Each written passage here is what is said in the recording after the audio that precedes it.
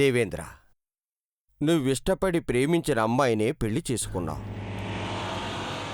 ఆమె మెళ్ళలోనే 3 ముళ్ళు వేశావు. తనతోనే ఇంట్లో అడుగు పెట్టావు. మీ జీవితం సుఖ సంతోషాలతో ఉండకూడదని అడ్డుకునే విషనాకు కూడా ఇక్కడే ఉంది.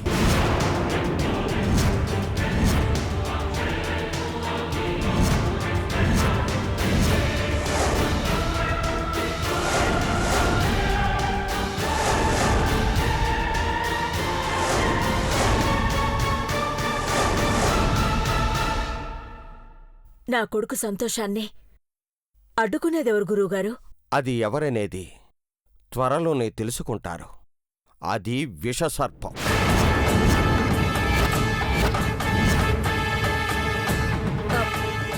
పాముల గురించి చెప్పకండి స్వామి, భయం వేస్తోంది.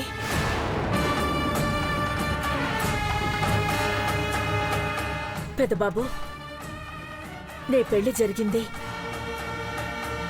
నీ మనసులో ఉన్న అమ్మాయితోనేనని స్వామి చెప్తున్నారు. ఇప్పుడైనా నా మాట నమ్ముతావా నాన్నా?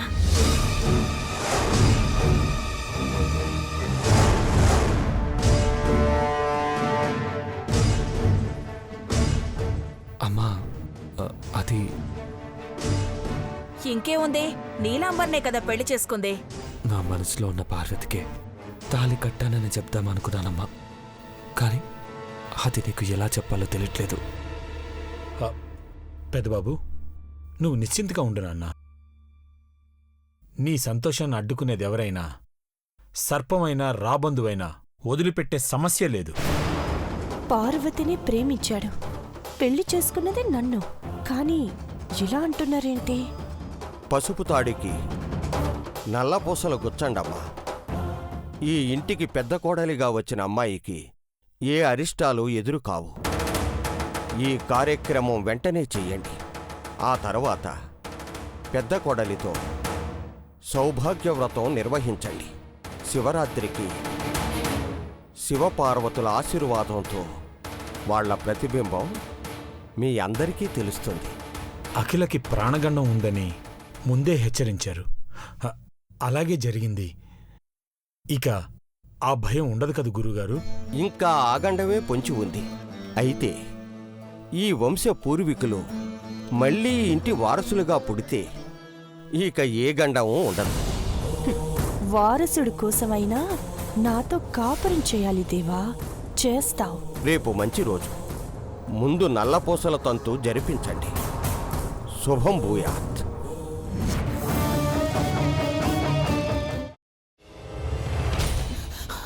నువ్వు ఇంకేమన్నా చెప్పాలా? ఇంకేమన్నా అబద్ధం చెప్పాలనుకుంటే చెప్పేయి. నేను చూడాలనుకుంటున్నాను నన్ను మోసం చేయడానికి నువ్వు ఎంత నీచానికి దిగజారగలవు అని. ఎందుకు ఆలియా, ఎందుకు నువ్వు ఇలా చేసావు? నీకు తెలుసు కదా, నానమ్మ తర్వాత నీ ఒక్కదానిని కదా నేను పూర్తిగా నమ్మేది. ఏమన్నావు నువ్వు? ఈ మధ్య అన్నిటినీ మర్చిపోతున్నావా? అది చాలు. వాటిలో ఉన్న శక్తి విషయాన్ని గ్రహించి మనకు వివరిస్తాయి.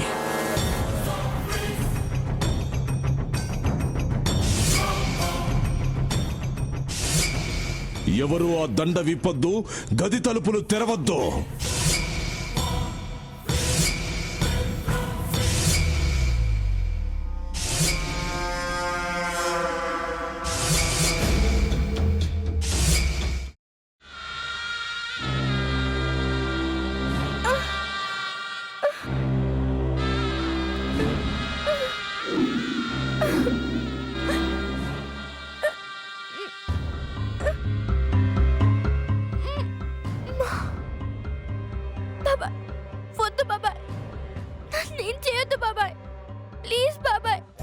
నీకు నిజం తెలిసినప్పుడే నా ఆలోచనలో నువ్వు చచ్చిపోయావు.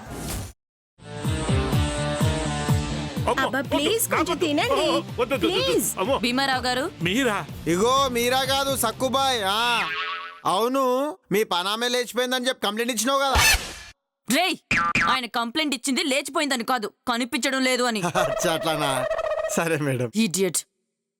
ఆ వంట మనిషి పేరేంటన్నారు? రత్తాలు మేడం. ఏం పెద్ద మంచి, నీ వంట మంచిని కూడా మేడం అని పిలుస్తావా? రేయ్ హాఫ్ బ్రెయిన్,